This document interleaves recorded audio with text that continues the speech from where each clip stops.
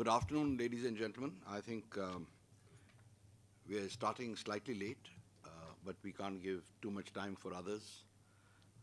We have to wind up also at a specified time. We have a very interesting panel today to discuss transboundary rivers. It's an issue which is very contentious normally, and it also has a lot of inbuilt problems. Two rivers are being discussed here primarily, the Mekong and the, I would say implied will be the Yarlung Tsampo and the others emanating out of Tibet. So both these rivers, there is a lot of activity by the Chinese in the upper reaches. Tibet is getting dammed up, and so are the upper reaches of the river. There are almost, I think, 18 dams being built along the Mekong in the northern part, which is leading to problems. In fact, as we speak, there are problems with regard to the flow of the Mekong, and countries have expressed concern whether they'll have enough for the livelihood being sustained of the people. As far as the damming of rivers in Tibet is concerned, there is a program that worries quite a few others, which is the diversion of the Brahmaputra. Apart from that, the environmental problems in Tibet, which are leading to a warming up and also therefore the retreat of the glaciers. So there are many issues that I think are going to come up during this discussion, and I hope that we have a very candid exposition by the panelists today. So may I request Dr. Le An Yutuan to give us his comments on the state of the Mekong River, conflicts, cooperation, and politics. I noticed that you haven't emphasized cooperation. Thank you very much. Good afternoon, everybody. Today, I'm very delighted to be here to say some story about the Mekong River because up to now, the Mekong River issue become to the hot problem on most the countries along the Mekong River basin. My full name is Lê Tuấn. I'm working for Research Institute for Climate Change of the Cần Thơ University of Vietnam. Cần Thơ is a city in the middle of the Mekong River Delta. Is the last end of the Mekong River to the sea. As you know, please. Yeah. As you know, the Mekong River is the biggest transboundary river in the Southeast Asia. It's also originated from the Tibet plateau, and its flow to the 6 countries, China, Myanmar, Thailand, Laos, Cambodia, and finally come to the Vietnam before entering the East Sea.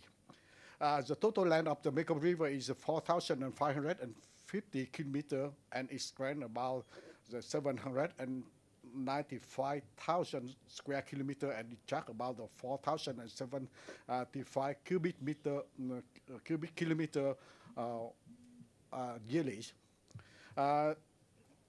The distribution of the water in the Mekong Basin is different in the wet season and the dry season.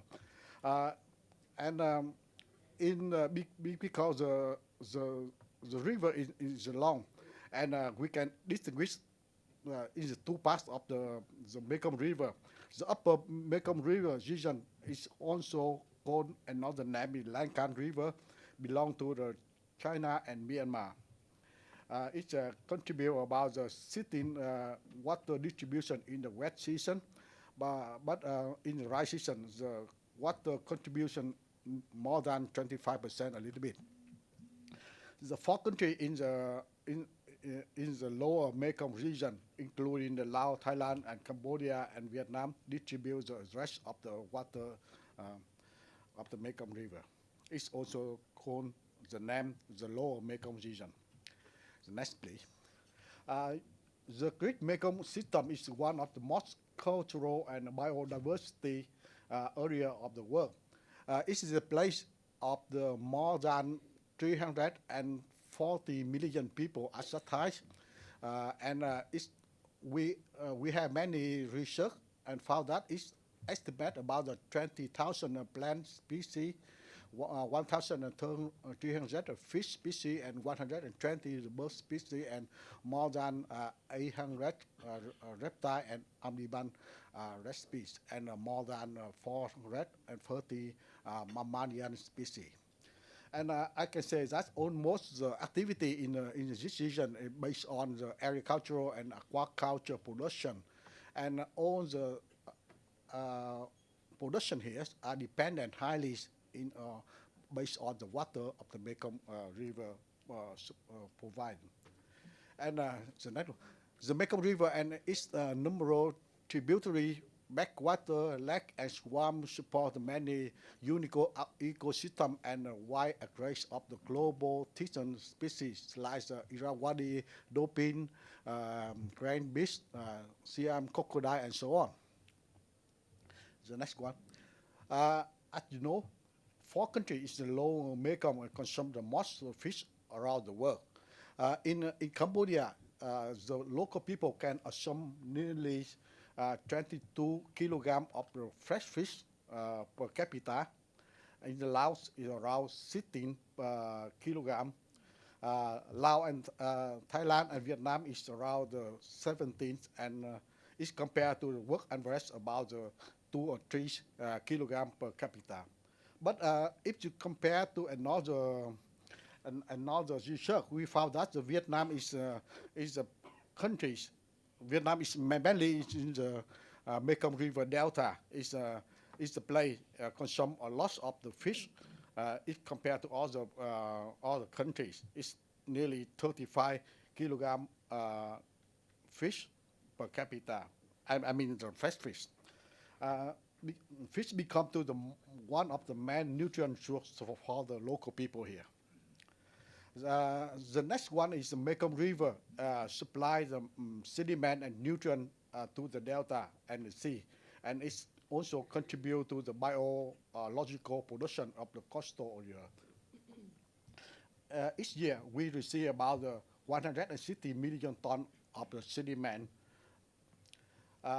And we can say that the Mekong River is called the mother stream as a natural source for feeding at least 60 million people. And our production can export and for rising around 20 million people around the world. And we found that more than 70% of rural people living in the rural area, and their livelihood mainly in the agriculture, aquaculture, fishery, and forestry production. In Vietnam, next one.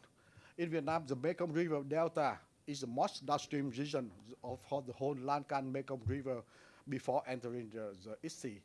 It's the biggest agriculture and aquaculture production of Vietnam. It contributes more than 53% of the national steppe rice and crop food, and 80% of the total fish production, and 70% of the food for domestic use and export to another country in the world. The Mekong, next one. The Mekong mainstream is also the very high potential for the hydropower development.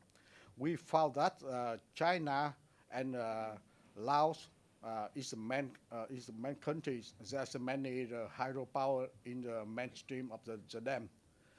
And we also found that the hydropower plant it also contribute much to the global warming as a term of the methane gas released from the tree and vegetable decay in their reservoir. Yeah, you just mentioned about this. The next one, please. And based on the fourth assessment report of IPCC in the 2007, they state that three hard-net hit delta region in the world, including the Nile River in Europe, Brahmaputra in India and Bangladesh, and the Mekong River is a place very is in high vulnerability due to the climate change worldwide. Next one, please. And we found that the sea, the Southeast Asian country are affected strongly with the this kind of a natural disaster, including the typhoon and cyclone from the sea, flood and inundation from the river, landslide and erosion, including riverbank erosion and coastal erosion, drought and sea level rise, volcano and forest fire, and the tsunami. Next one, please. Based on the many different mathematical model, we found that in the future, in present and in the future, the air temperature will be increased, and the rainfall change so much from the upstream and to the downstream. So next one, please. In present times, all the 6 countries along the Mekong River are facing with the heavy drought. You know that at that time, now in the season is the rainy season and the flood area, but the water level in the Mekong River is the lowest compared to the data on 100 years before. Especially in the Mekong Delta in Vietnam, not only the drought, we also the facing with the saline intrusion from the sea to the delta. It will affect strongly to the agricultural and aquaculture cultivation in the region. The next one. The main reason why the Mekong Delta is the most vulnerable area where all the anti-population are living within under the 3 meter above the sea level. You can imagine if the sea level rise about the 1 meter in the future, about 40% of the land in the Mekong Delta may be disappear in the world map.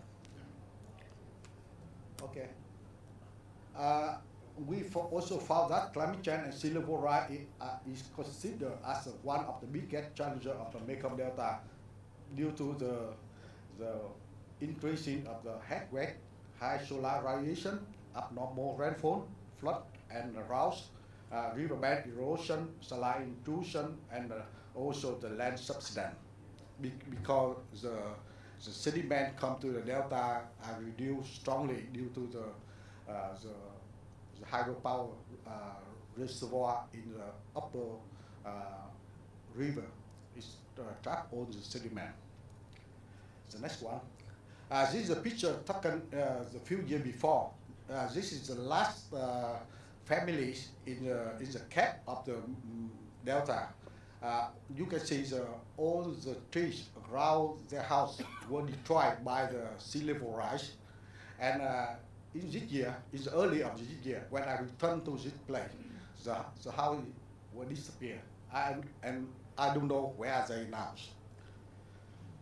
We found that each year the sea level rise in the Mekong Delta is about 2 to 4 millimeter per year increase. While the land is subsidized about 2 to 5 centimeter per year. You can imagine the sea level rise as the land is subsidized. The delta is now sinking. Okay. Besides, we also have some water-related transboundary issue in the Mekong River basin. You can, in the left right, the hydropower development density in the Mekong River, not only in the mainstream of the Mekong River, but also in the tributary of the stream. Belongs in the Laos and the Thailand and Cambodia as well. There's many irrigation scheme were developed in the dry season. It stuck more water in the Mekong River. It will affect strongly to the water in the end delta.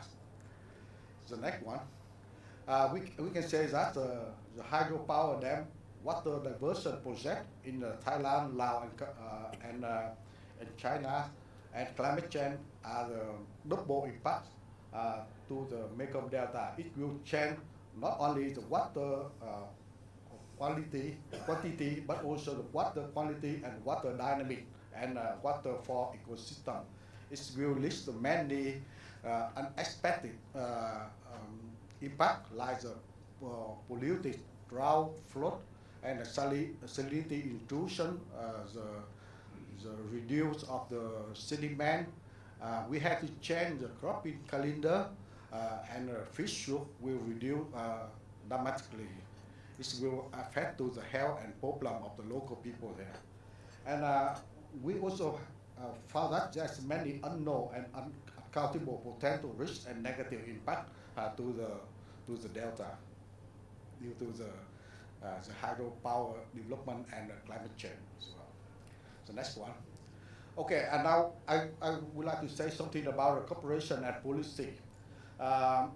Due to the need of collaboration on water sharing in the Mekong Delta, the four countries in the lower, named Laos, Thailand, Cambodia, were established the Mekong River Commission since 1975, and up to 1995, agreement were signed for the policy of the Mekong River Commission. And in the year 2016, at the time, the Chinese refused to join the Mekong River Commission because at the time they want to use the time for develop the hydropower dam in the Lankan River. And in the year 2016, the Chinese government suggest to establish the corporation named the Lankan Mekong Corporation. The next one. The Mekong River Commission agreed on the cooperation for the sustainable development on the Mekong River basin. The Mekong River Commission will not direct to the use of the Mekong water, but rather a body helping to achieve for of the sustainability. The activity of the MRC, including adoption of the procedure and the guideline, mainstream hydropower scenario, integrated water resources management based basin development strategy, and organize some summit each 4 years with for the 5 ministers. And considering the cooperation between the China and MRC, China is a signature of the 1997 United Nations Convention on concerning the water sharing. China is also it's not a Mekong River Commission, but it's a dialogue partner. China informed some the data to the Mekong River Commission in mainly in the rainfall and water level of the two border stations in the rainy season for flood forecasting. But in the dry season, they didn't provide any information. And you know that the water level, water use in the dry season is very important. In the 2016, China established the Lankan Mekong Corporation for 6 countries promoting the socio-economic cooperation within the Mekong region. And we had some impact study, mainly in the hydropower dam impact. In the 2010, Mekong River Commission had to release a report on the strategy environmental assessment for the mainstream dam. In 2016, the government has released the report on study on the impact of the mainstream hydropower on the Mekong River. And a year later, Mekong River Commission also released a council study on sustainable management and development the Mekong River, including impact of the mainstream hydropower project. All the reports are interest on the negative impact of the hydropower dam to the delta. And next one. And we found that some lesson learned. International river basin cooperation is needed and depend on the political commitment of the member countries. The Mekong River Commission requests development partners support and welcome the civil society and some non-government organization participation on enhance the cooperation. The implementation of the Mekong River Commission Agreement is the best way for the regional integrated and stability. Cooperation is not so easy. Not so easy. It requires goodwill, reasonability, and a pattern for the implement the legal and the technical provision. The next one is development of the shared water is indispensable. It requires careful consideration for the best scenario, avoiding, minimizing, and mitigating adverse impact, promoting the win-win approach. Facing with upstream impact and the sea level rise, the Delta had to set its own adaptive strategy with the local sound measure and water use and protection. And the private sector is a powerful driver. Mekong River Commission to exploit advantage of the zonal common within the Mekong River Commission Agreement framework for sustainable development. And we also had some suggestion from the IUCN on the hydro diplomacy sharing the water across the border. It's needed to cooperation among the country along the Mekong River in order to get the benefits to the conducting the partnership strategy, legal framework, institutional for a better water transportation government equivalent and sustainable. But up to now, the hydro diplomacy is not appears mainly in the whole is not agreed fully in the own country along the Mekong River due to the many political reasons. Finally, I would like to thank for your attention.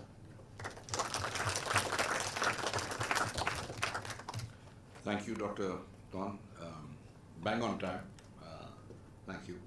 We have Dr. Arvind Kumar now speaking on the state of Indian rivers originating from the Tibetan plateau, which again is a topic that will excite a lot of interest. So over to you, because there are a lot of major tributaries that feed into the Ganges, quite apart from the Brahmaputra and Indus. So over to you, Dr. Arvind Kumar. Thank you, Honorable Session Moderator, respected colleague, distinguished guest, and notable audience. I am grateful to the Tibet Policy Institute and Foundation for the Nonviolent Alternative for having afforded me an opportunity to share my humble views with this august gathering. Indian rivers originating from Tibet Plateau, reciprocity, rational, and future prospects. In the wake of the entire globe being subjected to the vagaries of climate change, the theme of the present conference assumed added significance because of the Tibet Plateau, often referred to as the water tower of Asia, hold key to the lives and livelihoods of the 1/6 of the global population. Almost half of the world population live in the watershed of the rivers whose source lies on the Tibet Plateau, containing more than the 45,000 glaciers. It feeds the largest river in Asia, including Brahmaputra, Yellow, Mekong, Ganges, and Indus rivers. Since many centuries, Tibet Plateau had met the basic necessities to sustain life and flourish human civilization, hereby bringing life and joy to the millions of the people beyond to its vast border. But today is extremely furious to ignore the grim warning sounded by the IPCC. Recent special report says at current rate of emissions, the world is set to breach the global warming limit of 1.5 degrees Celsius. Understanding the grim situation, we visualize two scenarios. Are not the recent devastating floods in India, Nepal, and Bangladesh a strong corroboration of climate change dynamics, unleashing a strong ecological crisis? Or having our current planning and management strategies proven insufficient to address such diverse challenges?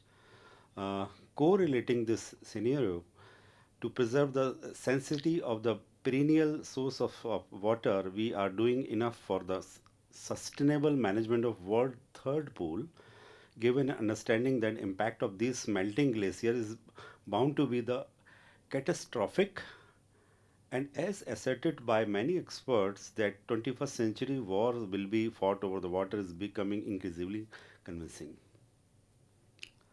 Next. Water is not only the key to climate change, it is also key to sustainable development. Recent years have witnessed emergence of water as a key issue, entailing the potential of impacting mutually beneficial cooperation or deleterious interstate competition. The location of Tibet Plateau influences the direction of water. South Asia, which is already a water deficit region, any further control of water supply by the upper riparian is likely to adversely impact over lower riparian countries. Considering case of India having a unique riparian status, is the only regional country that fall in all three categories, upper, middle and lower riparian, entailing a direct stake in all the important river basins of the region. India is potentially affected by water related actions of upper stream countries, and the potential of hydro diplomacy has scarcely have a major instrument of negotiations. The deepening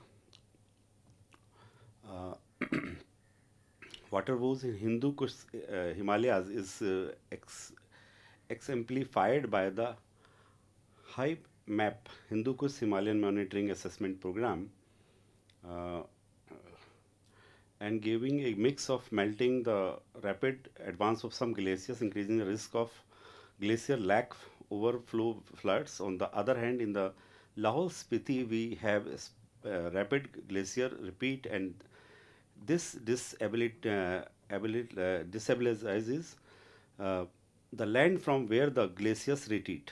Further combination of climate change uh, and rising non-military threats like flood and avalanches, cloudburst, and desertification poses an essential threat to the survival of the population living in climatic risk zones, leading to human migration, which further uh, transitions into eco-social state of environmental refugees. Next.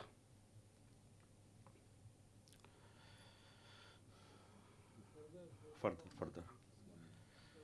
No, उसी को just yeah. We are quite aware that climate-induced melting is benignly to converge with the acute water management challenges. This has also accentuated wetland and the ecosystem services deterioration, causing a gradual decline in habitat quality due to the disturbances in environmental regime flow from the 15 Tibetan rivers flowing into India like Satluj, Indus, Brahmaputra, especially in terms of uh, seasonality and hydrograph of river system. Much of the environmental studies have not been put to use in these climate risk zones. The transboundary river basin management in the Himalayan region of South Asia is also mired with particular challenges pertaining to different national interest, power disparities, and between riparian states, differences in national institutional capacity, limited information exchange, and lack of sufficient basin scale knowledge and institutional capacity to make decisions. Next. Yeah, next. Yeah. Uh, yeah. Next. Yeah.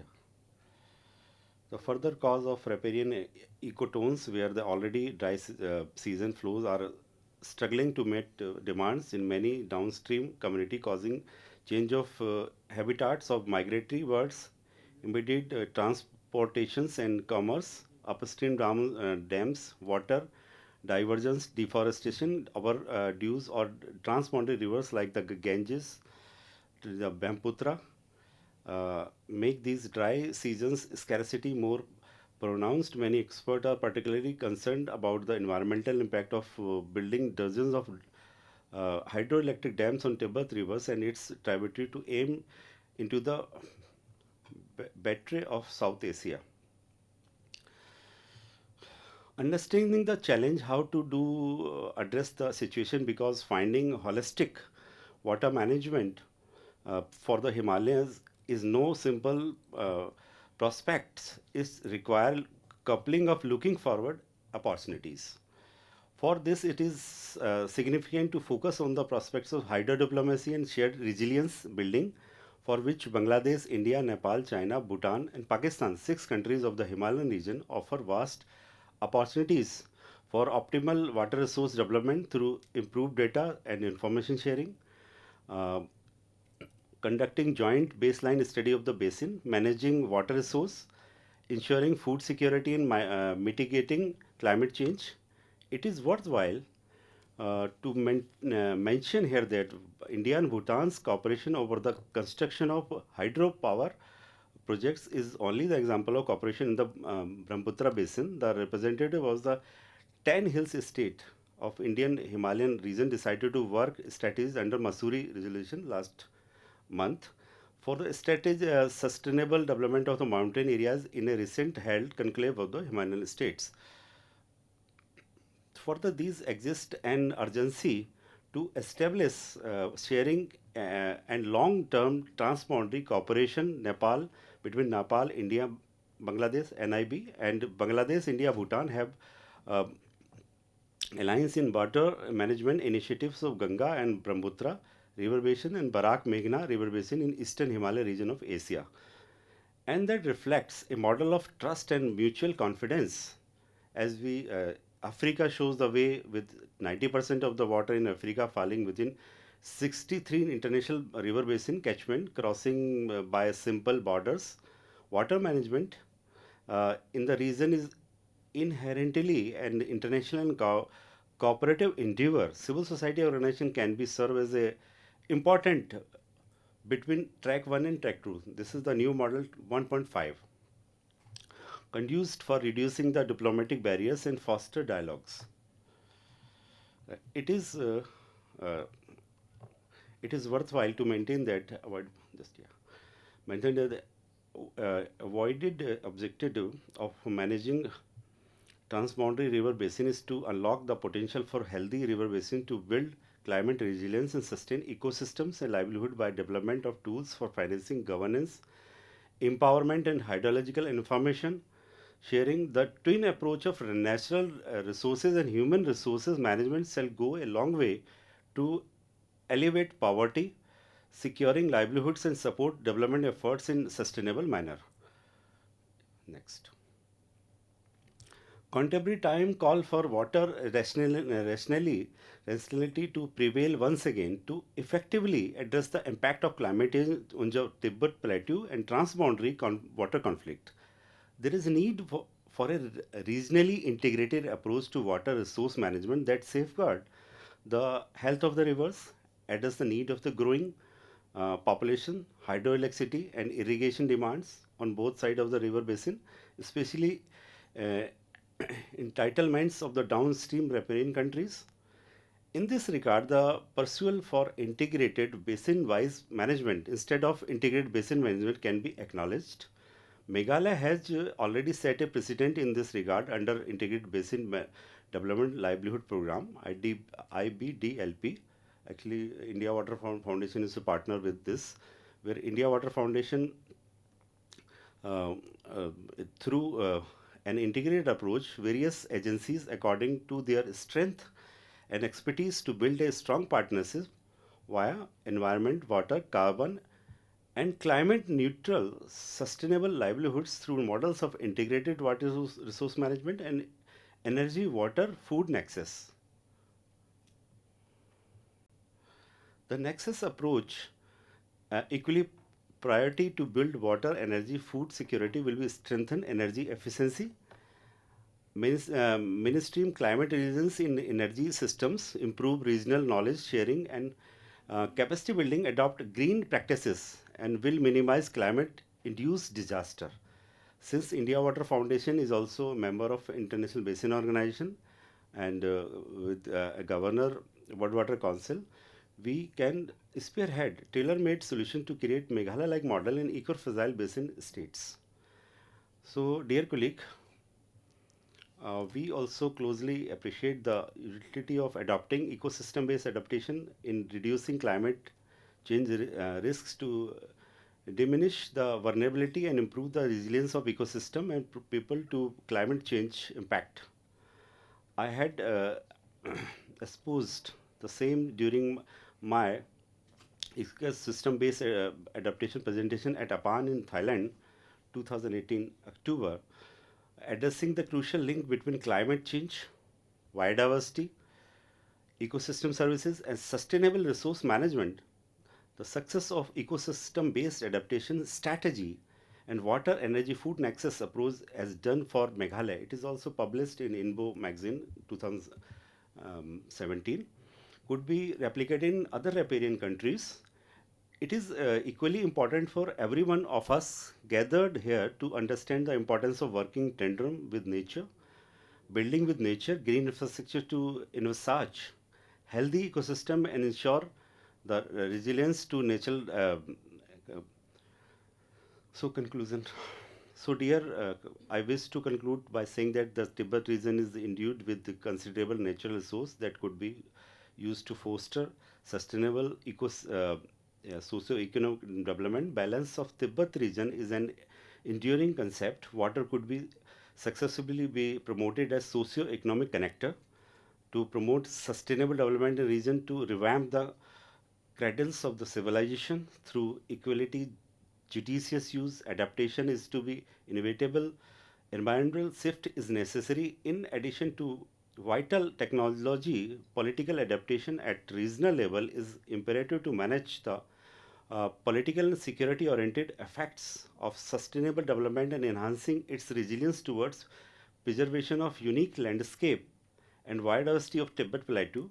The future development and social security of riparian countries must be win-win situation to all and set a precedent for integrated water partnerships on how well the ecology services are managed in Tibet Plateau, but also strengthen their ambitions, efforts for realizing the sustainable development goals. Thank you very much. Thank you, Dr. Arvind Kumar. I think that was quite a wide-ranging exposition, particularly since you started off by highlighting the possibility of a water war, but then later on did explain that we could have a lot of opportunities presenting itself. And so you've cut the work out for our water experts and our diplomats, I think. May I now request Mrs. Dechen Palmo to speak on China's management of the Zachu or the Mekong River in Tibet. On Brahmaputra. No, Brahmaputra.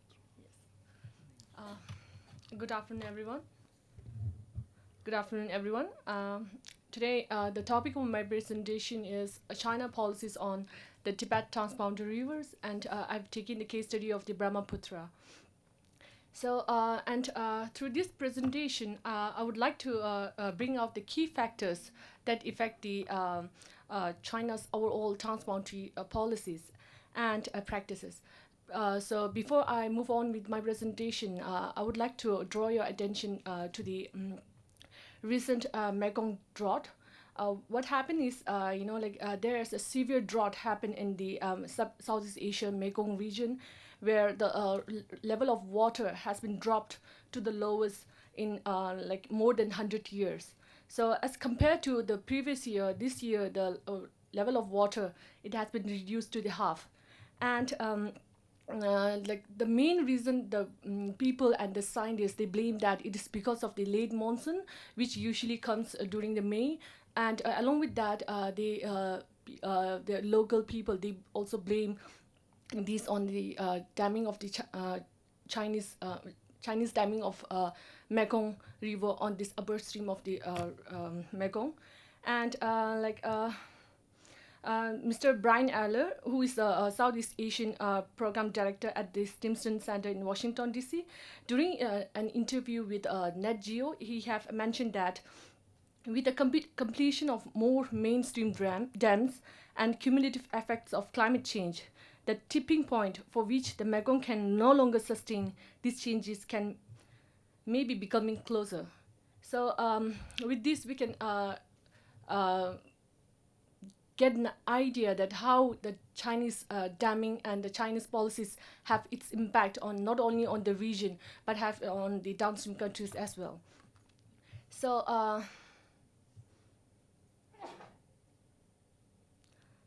okay, next slide. So before I move on with my like China's overall policies, I would like to give a brief background information about the Tibetan plateau and Tibet as a water source. Tibet is also, though there are like different names given to Tibet, Tibet as the third pole, Tibet as the rainmaker, Tibet is also known as the water tower of Asia. And since Tibetan plateau hold the largest store of ice outside the Arctic and Antarctic, which make the source of 6 greatest and most important river of Asia. So these rivers, right from Afghanistan till Southeast Asian country and China, there are like around 10 countries who are dependent on Tibetan rivers. So according to a United Nations Environment Program, there were more than 1.5 billion people who are directly dependent on these rivers.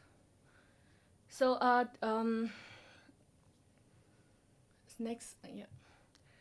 Before we discuss about the China's transboundary water policies, we need to understand the responsibilities and related to transboundary water governance among the relevant ministries and department of China. Like due to this, we can't see problem. Sorry, in case if anyone interested, I can provide this data and share with you. And we need to understand the responsibilities shared between the ministries of the Chinese government. And there's a Ministry of Water Resources and the Ministry of Environment Protection among these 9 ministries. These 2 ministries are the principal bodies. And other ministries and departments are also involved in general transboundary water resource management. And collectively, all these are called 9 dragons governing the China's transboundary water. So in 2009, the Division of International Rivers was established under the Ministry of Water Resources, and this Department of Boundary and Ocean Affairs was also established under Ministry of Foreign Affairs. So both this ministry, they share the responsibility of transboundary water management. And clearly, there's no any single body that take the responsibility of China's overall transboundary water management. So this 9 dragon arrangement implies that there's an overlapping and fragmentation of water management tasks across these departments. Next. According to Ministry of Water Resource Regulation, transboundary water sources are managed by 4 main basins. And this 4 basin commission, for instance, like Yangtze River Water Resource Commission, which is located in Wuhan, they take care of the water resources of the Tibetan part of Brahmaputra, Indus, Mekong, Salween, and Irrawaddy River. And however, Chinese River Basin Commission are merely an extension of Ministry of Water Resources. And they take the top-down and a narrow approach to manage these rivers. And this means that while they cooperate with the many agencies and local government, and this commission lack the authority to command any of them. Next. So talking about the policy of Tibet transboundary rivers, and China lacks a comprehensive transboundary water policies and practices. So its sheer water issues are managed by a subset of its bilateral relationship with the neighboring countries, and though through a one country and one river approach. So they have never signed, as many of my colleagues have mentioned before, that they have never signed any kind of multilateral transboundary water treaty, and including UN Water Convention and Mekong River Commission. They have never signed any kind of multilateral treaty with any countries. So in fact, national level and limited communication between the relevant department and ministries inevitably cause subnational actor to have influence in the China water policies.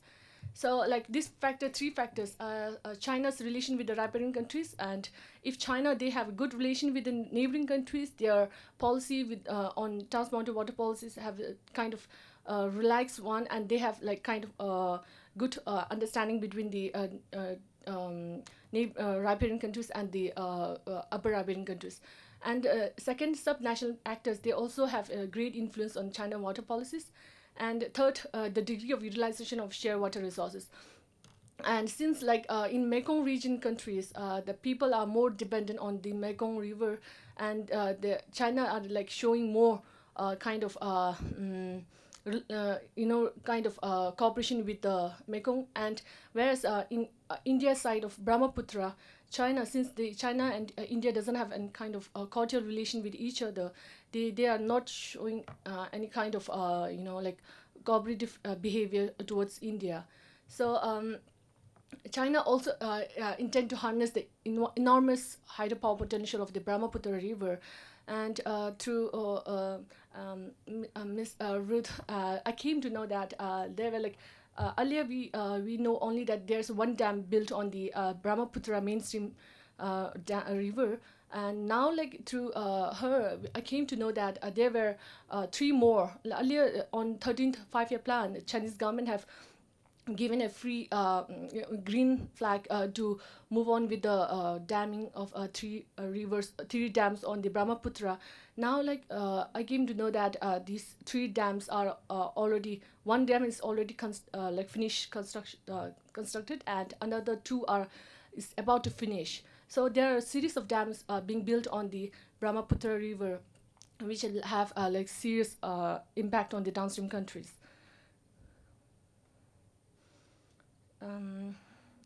Next, okay, previous one. Yeah.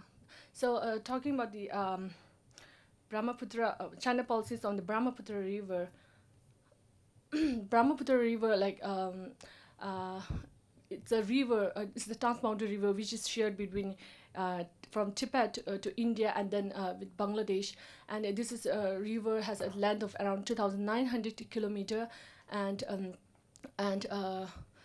China has since Tibet is under the control of China, 50% of Brahmaputra rivers is in the under the control of China. And then the potential impact, whatever the damming and construction happen on the Tibetan region, have a severe impact on the downstream countries. And this one I've already covered it, I think. Chinese, since I've mentioned before that China, they have constructed a number of dams on this Brahmaputra River. So China policies and practices towards Brahmaputra. So this river, as I mentioned before, that it's a cross-border river, and as of now there's a limited and a low conflict among the riparian states. And China's approach towards the Brahmaputra is a reactive approach rather than proactive. And since China and riparian countries doesn't have any kind of good cordial relationship, that's why their approach is mainly a reactive approach. And overall bilateral ties with the India is that they are strategic rivals with the border disputes, and the main subnational actors who plays an important role in the China's framing of policies on this river is Tibetan Tar government, and then dam builders in China, and the military. And PLA military plays an important role in the policies of China's water policies. And then next.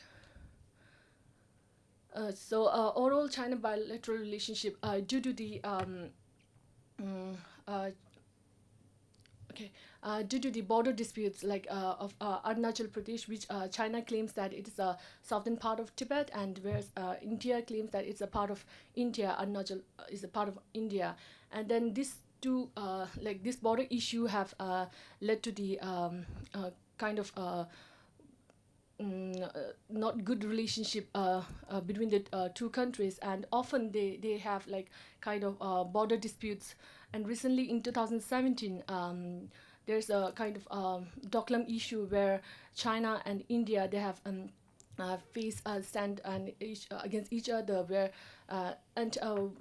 China they have denied to share water information to the India. So they are using this Tibet river as a tool to negotiate with the India, and other countries. So Brahmaputra is also linked to the Sino-Indian border disputes, as I've mentioned before. Next. And subnational actors.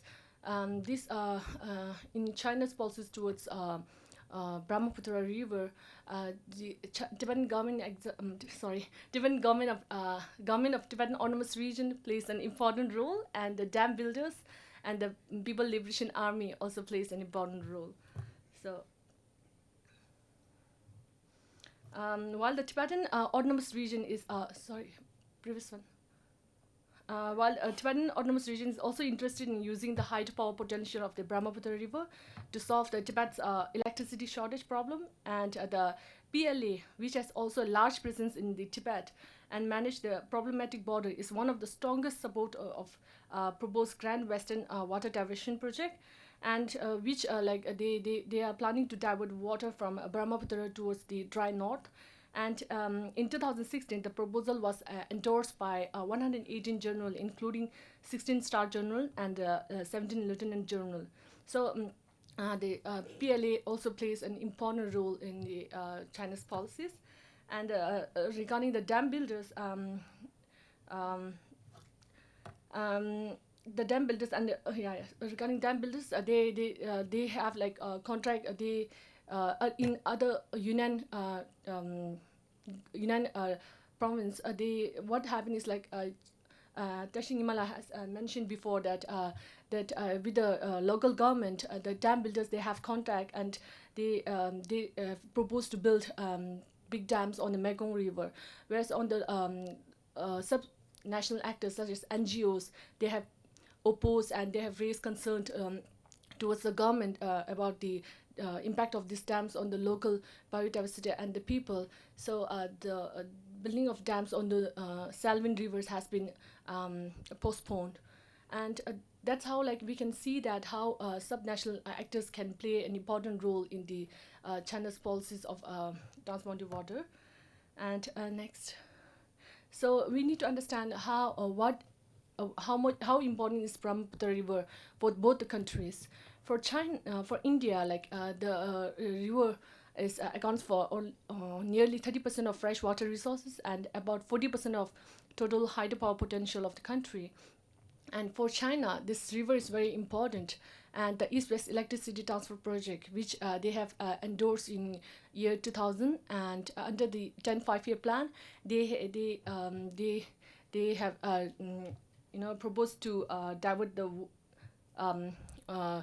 electricity from Tibetan Autonomous Region towards the other developing province of China, and that's the Eastern Province. So low utilization of shared water resources also means that the risk of conflict between China and neighboring countries. Next. So this is the East-West Electricity Transfer Project, where the China is planning to divert all this through the damming and coal utilization of coal. They will divert all this electricity towards the eastern province of China. Next. So this is the physiographic zones of the Brahmaputra River, where like majority of the around 50% of the Brahmaputra basin base is on Tibetan Plateau, and remain and around 30% on the Himalayan belt, and remaining on the floodplains of Assam and Bangladesh. Next. This is a basin population distributed by the administrative areas, where we can see that majority of the people dependent on the Brahmaputra is from Bangladesh and India. So, and there are very few people, Tibetan population dependent on this river. So, like we can clearly see that the whatever development and whatever construction happened on the Tibetan region is not for the people of Tibet, but for the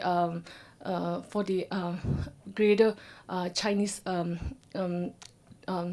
like Eastern Province developing region, and whatever electricity produced, it has been transferred to the other region. And so next, please. And with conclusion, I would like to stress that, like in future, in case if there is any kind of relationship conflict happen between India and China over the Brahmaputra, these are the key four factors that can influence the relation between the India and China. So degree of water scarcity, which is everyone knows that water scarcity is the main problem of 21st century, and China having like around 20% of the world population, they have only 7% of water, whereas India is also having like same water scarcity problem. And second one, the border issue, which is unlikely to solve in near future. Then like until unless the border issue has been solved, the impact this relation between India and China is remain strained between these two countries. And the relative power of the basin state, and which India and China both are the superpower of the Asia, and there is a competition between these two countries, and this of course will lead to the kind of competition or conflict between these two countries. And ease of access to the alternative freshwater resources. So in case if there's any alternative for the freshwater resources, then the chances of having conflict will reduce. Whereas on India side, like looking at the Assam state, where like around 33 out of around 27 or something state are totally dependent on this Brahmaputra river. So, and they don't have any alternative water sources rather than this Brahmaputra. So, and whereas China, they have already built a majority of the dam on the Chinese side of the river, such as Yangtze and Yellow. So now they are looking at the Brahmaputra of Tibetan sites, where they will build, they are planning to build more dams, and or also they have many proposals coming up to divert Brahmaputra rivers towards the Xinjiang or like towards the other countries. So this kind of freshwater crisis might cause conflict in future if it has been not maintained or managed properly. Thank you.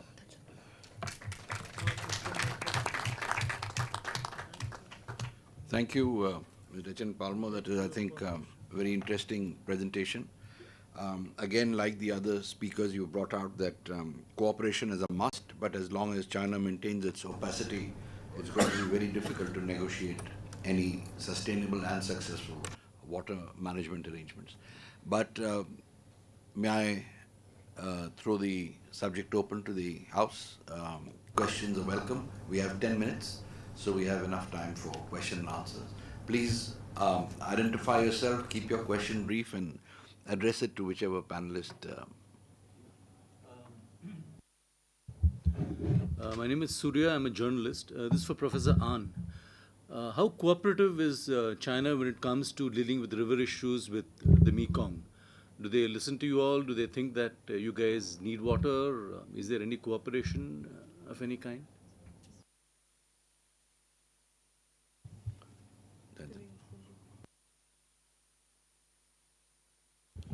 My name is Tenzin Sundri. I'm a Tibetan writer and activist based in Dharamshala. One of the main reasons why we are discussing climate change today is not just because there is overwhelming interest in climate. It's mainly because Tibet is under Chinese occupation, and then we are at lost in the way how big China is and the way they run their policies there, and number of countries around Asia, we are finding it difficult to do that. So my question is, when we are facing such an enormous adversity on the other side, and we are at loss because however good we feel about environment and within India and everywhere, what are the creative means could we as individuals or as states or organizations put together to find solutions in this when China is not listening? And we know that what China is doing is basically mining and making cheap made-in products, and all of us are consuming. We are the consumers. And also as a small opinion, of course we can blame big corporate companies and giant like China. We individually we have been consuming so much and more than what we actually need, and at personal level we all should work to consume less and bring down this practically, so we all can contribute in this. But to whom is your question addressed, Mr. Sundar? So any of them could speak. So I was my question is what are the creative means with which we could address this when China is not listening, when corporate companies are not listening to us? Go at it, one sentence each later on.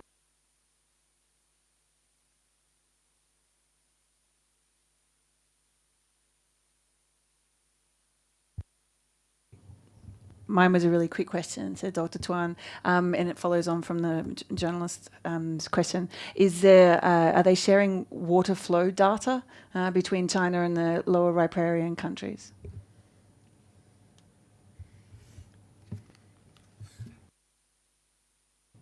Another journalist. I'm Kishore Babu, editor World Focus. My question is to Dr. Arvind Kumar. Doctor, what about linking of some of the rivers in India?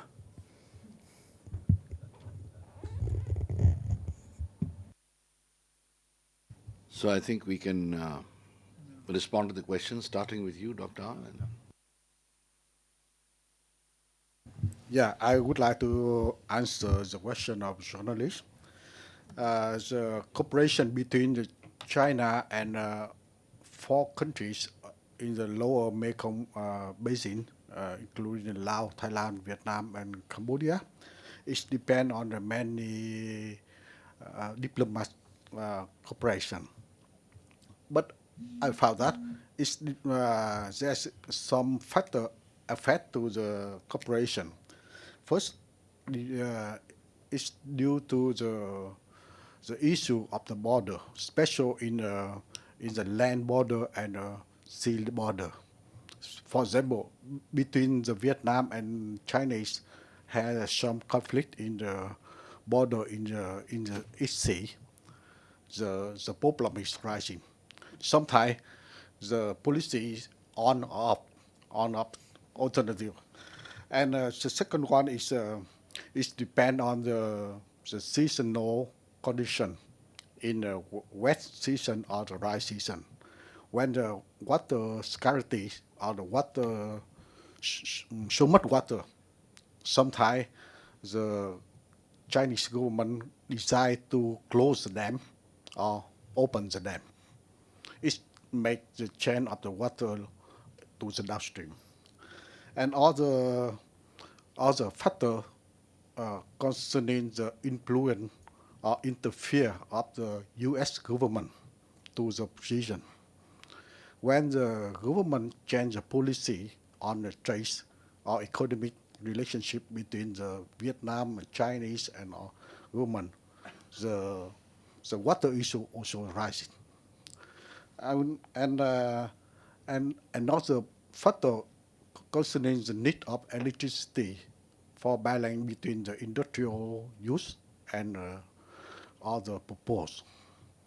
And I think that it's difficult to share the water from the Chinese because of many political issues interfere on the cooperation. We also found that many years before, the Chinese government refused to provide the hydrological data from upstream. Later on, there's many discussion in regional dialogue. The Chinese agreed to supply some of the rainfall water and water level in Lankan basin, Lankan River, but only in the rainy season. But in the dry season, we need the data. But up to now, the Chinese government refused to provide the data. It's very difficult for us when we want to make the water alternative for our production.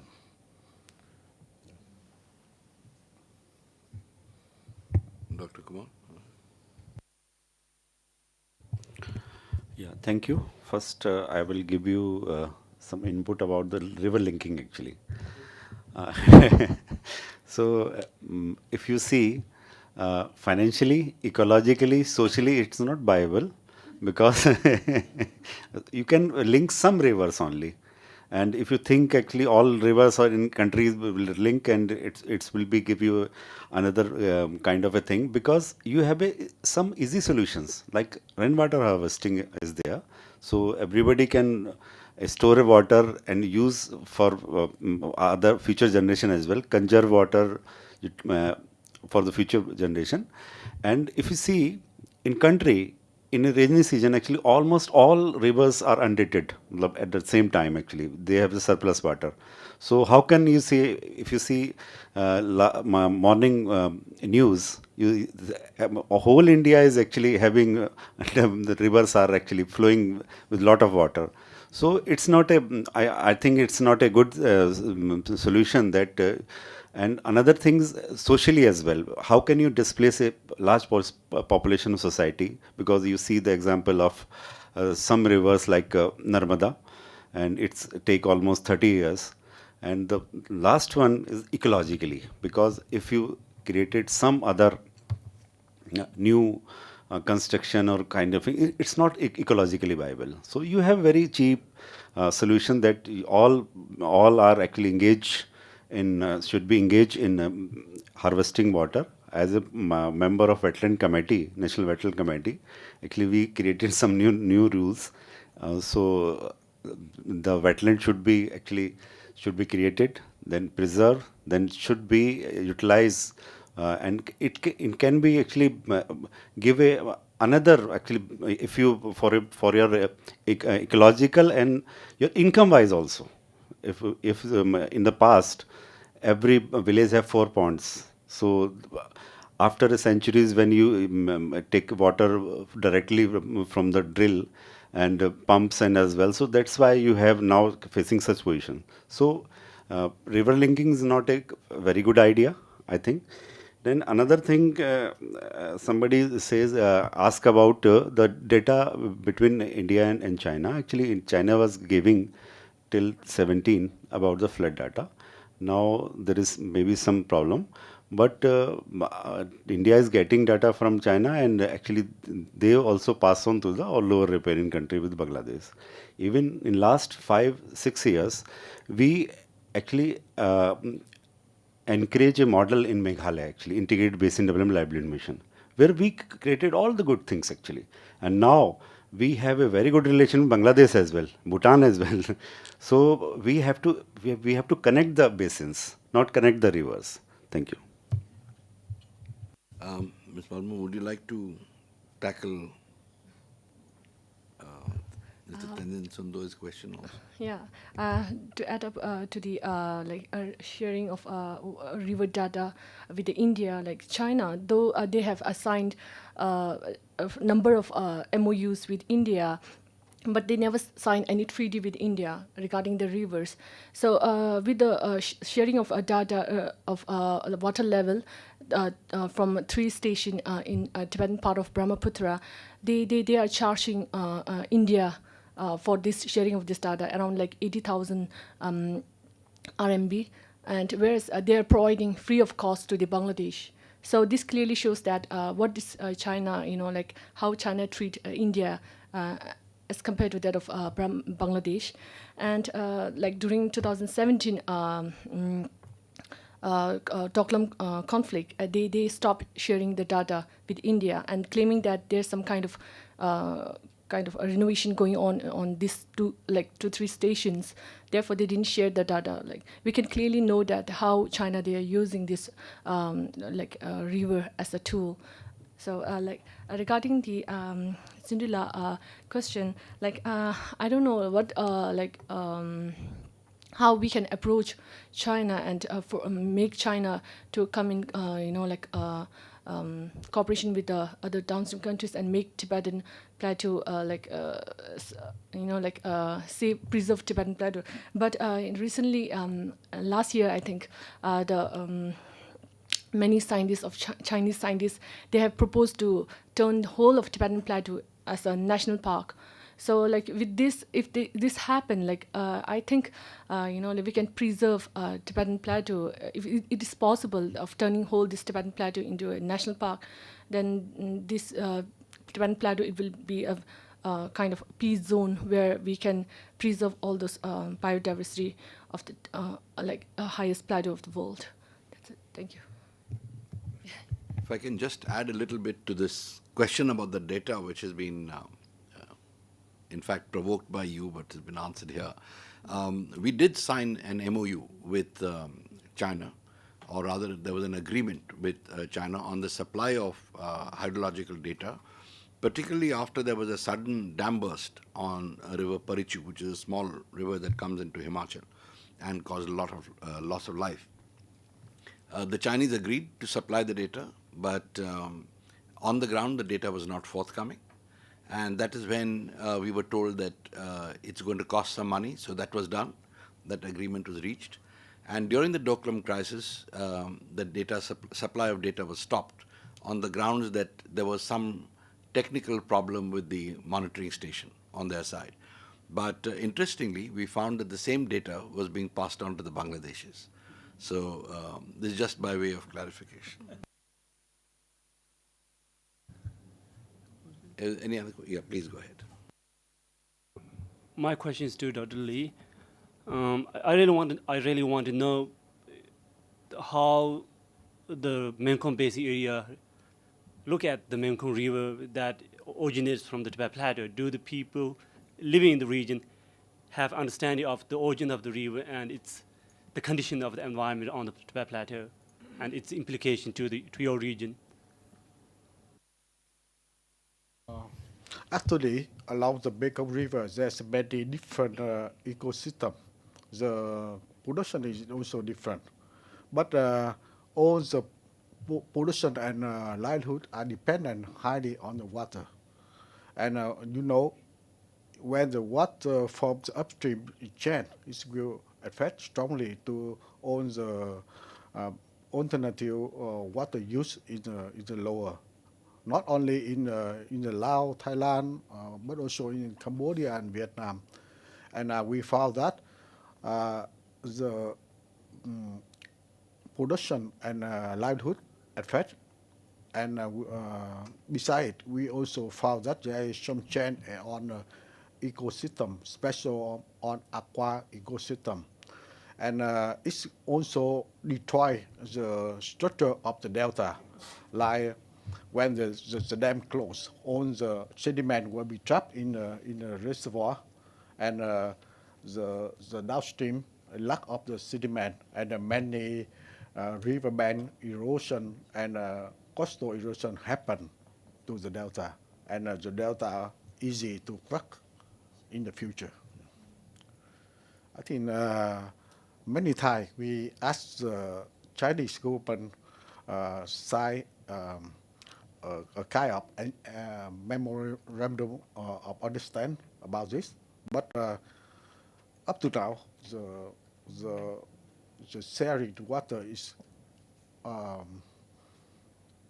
it cannot satisfy our requirement. Yeah, because of many political inside the problem. Yeah. May I just add one to the earlier question? When you ask China for to sign an agreement, do you all do it collectively or do you do it individually? From the government level, central government level. But all Mekong countries collectively approach the Chinese for a... The Chinese get to establish the Lankan Mekong Corporation, and the Chinese government should be leader of the corporation. It's kind of unbalanced power inside, and up to now we don't agree about this. Any other questions? Yes. I'm Colonel V.S. Verma from Institute of Chinese Studies, Delhi. There are two questions. One is storage of water at Satluj River in West Tibet. this had come in news some time back. So what's the latest position on this? Other is diversion of water near Great Bend towards Tibet. This was a project which had come in news, but what's the latest position? Have Chinese dropped the project, or they are still thinking of pursuing? Thank you. Any particular person you want to respond to your question? Probably Palmo may be the best suited for this for these questions.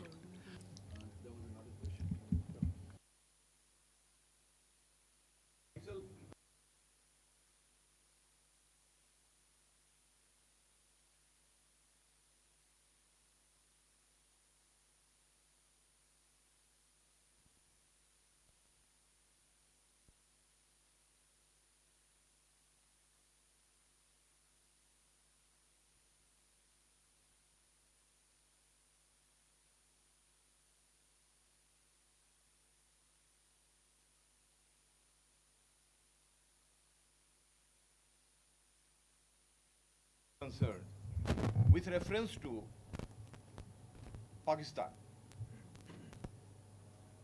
or the neighboring countries, as China is playing this as a tool of its diplomacy. When you say Indian Ocean, you mean denying them the Indian Ocean? I mean, Indus I can understand. No, just should we take a lesson from okay. China, Okay.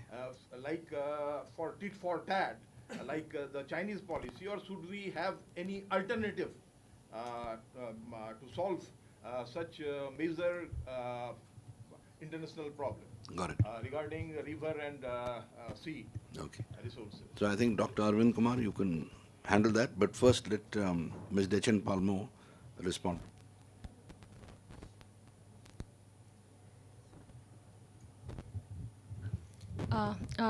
I'll answer to your second question about water diversion project. And this water diversion project, it is came into being after writing a book, Tibet River Can Save China. And this book have kind of raised among the leaders in China the curiosity to divert water of Brahmaputra towards the China's eastern province. And this water diversion project, it have three routes, and which is western, central, and eastern routes. So the central and the eastern route, it has already been diverted, and the main controversial was the western route, which there are many scientists who have proposed to divert water from the Brahmaputra towards the Xinjiang or else towards the eastern China. And in their actual proposal, it was China, they have proposed to divert water from Yangtze, Upper Yangtze, towards the Yellow River. So, but though there are many controversy about the diverting water from Brahmaputra Great Band, but as of now, like Chinese government, they have been saying that this is not viable. Like this is not possible because of the high terrain or because of the geological factors or economic factors. So, but there are many expedition or like research going on about how to divert these rivers. So recently, what happened on the landslide, due to landslide, or the water has been turned muddy on the Indian side of Arunachal. The people fear that, and many experts, they have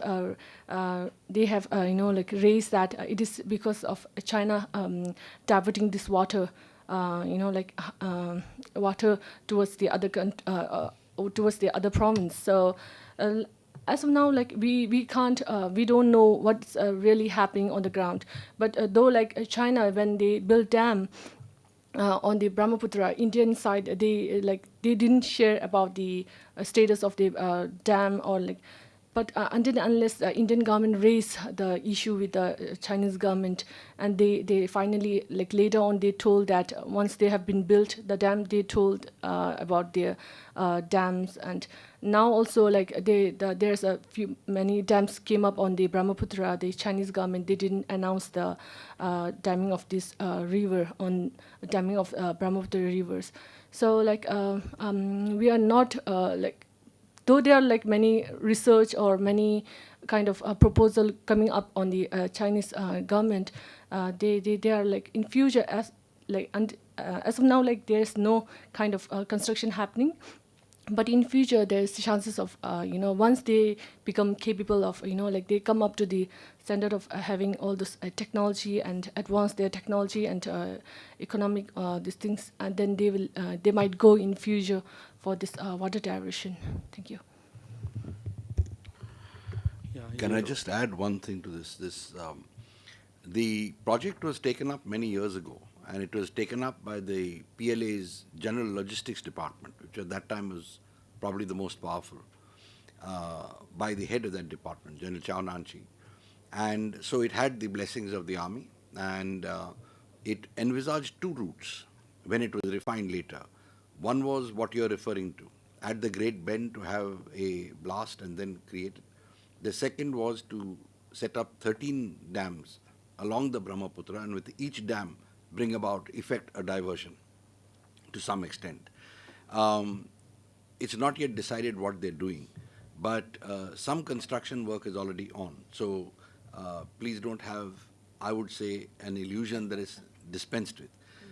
The Changmu Dam, which is, I think, what she was referring to, when they were building it, they were asked by us whether there is a dam coming up there. The Chinese denied it, and this was at an official meeting where Chinese were on one side and the Indian side was on the other. And at the next time, they were shown a satellite map of Changmu Dam. So they said, we'll check and come back to you. And then the third time, they said, yes, there is a dam, but it's a run of the river.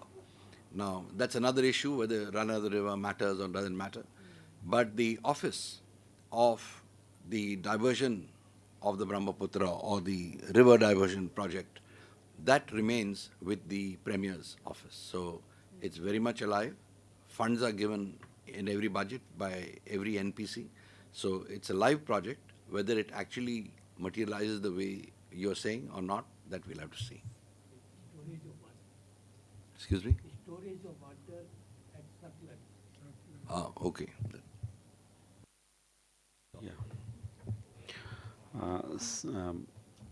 You heard about the treaty between India and Pakistan about the water sharing, but in the last 30-40 years, actually, we are actually not utilizing water because of the storage capacity. So we are diverting, and we are actually creating some structure for hydropower because of the conflicts in Kashmir.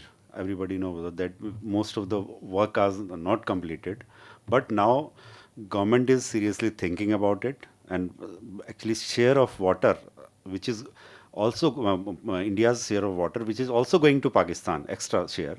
This should be utilized and should be diverted towards Punjab and Kashmir as well. So maybe in future, but they're not utilizing much water because of the infrastructure problem. And another question they ask actually how can we have a arrangement kind of a China with China have in Mekong as well. Actually, first of all, we have to have a treaty or kind of a some agreement between the upper, lower or middle river countries in that particular region. Actually, if you see the example of Africa actually did a very good model, and where actually all the in 2-3 countries they actually also discuss about the not only the river flow or portion of river water they are utilizing, but they also actually discuss about the other things as well, biodiversity and other issues.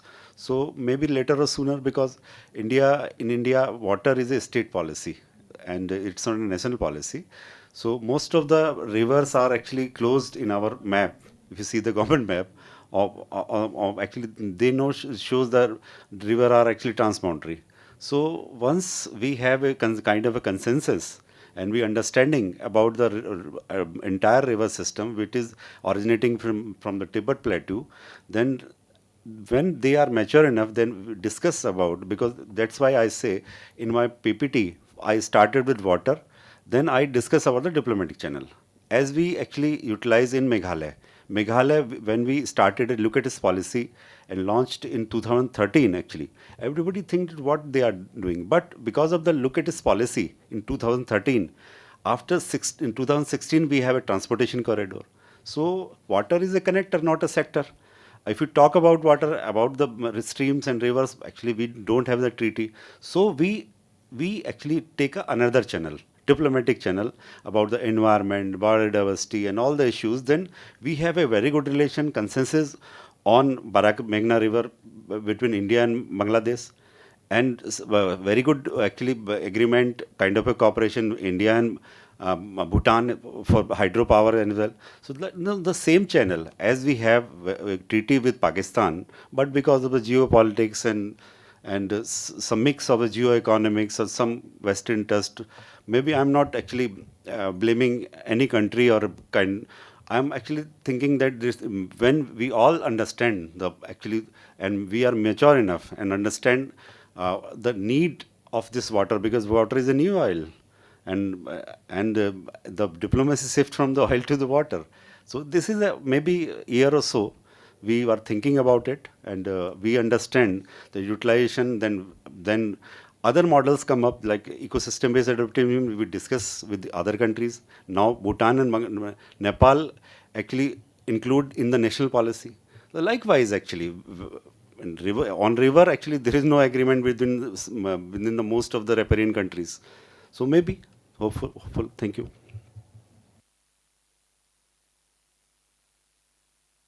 We've had an interesting discussion, and I think we've had excellent presentations by our three panelists. So please join me in giving them a hand, and let me hand over to Dr. Tan. The most pleasant task to perform now. Well, good evening, ladies and gentlemen. I am O.P. Tandon, one of the founding trustees of the Foundation for Nonviolent Alternatives, an institution which has already been introduced to all of you because the book has been launched this morning. My other colleague, Mrs. Rebon Banerjee Dhar, is also here. While you hear my voice, the words belong to both of us. Well, first of all, allow me to thank each speaker for accepting our invitation and making useful contribution at today's meeting.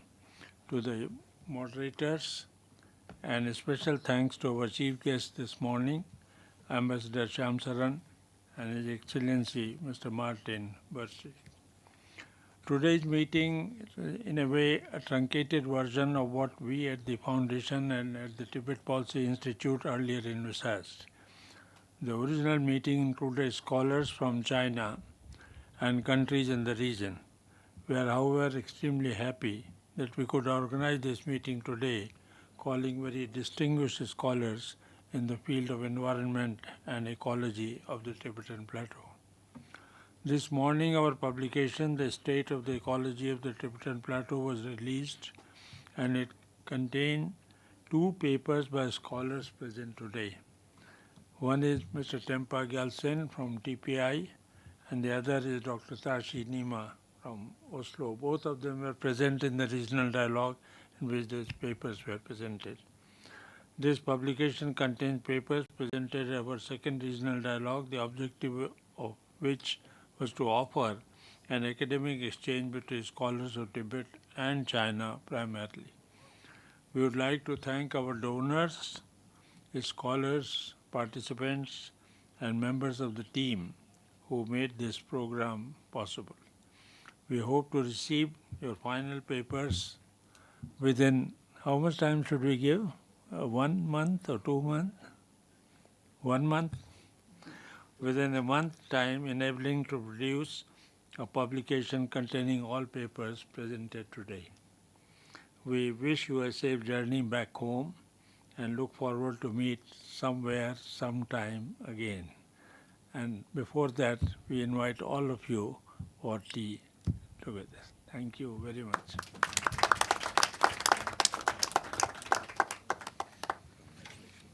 Successful conference.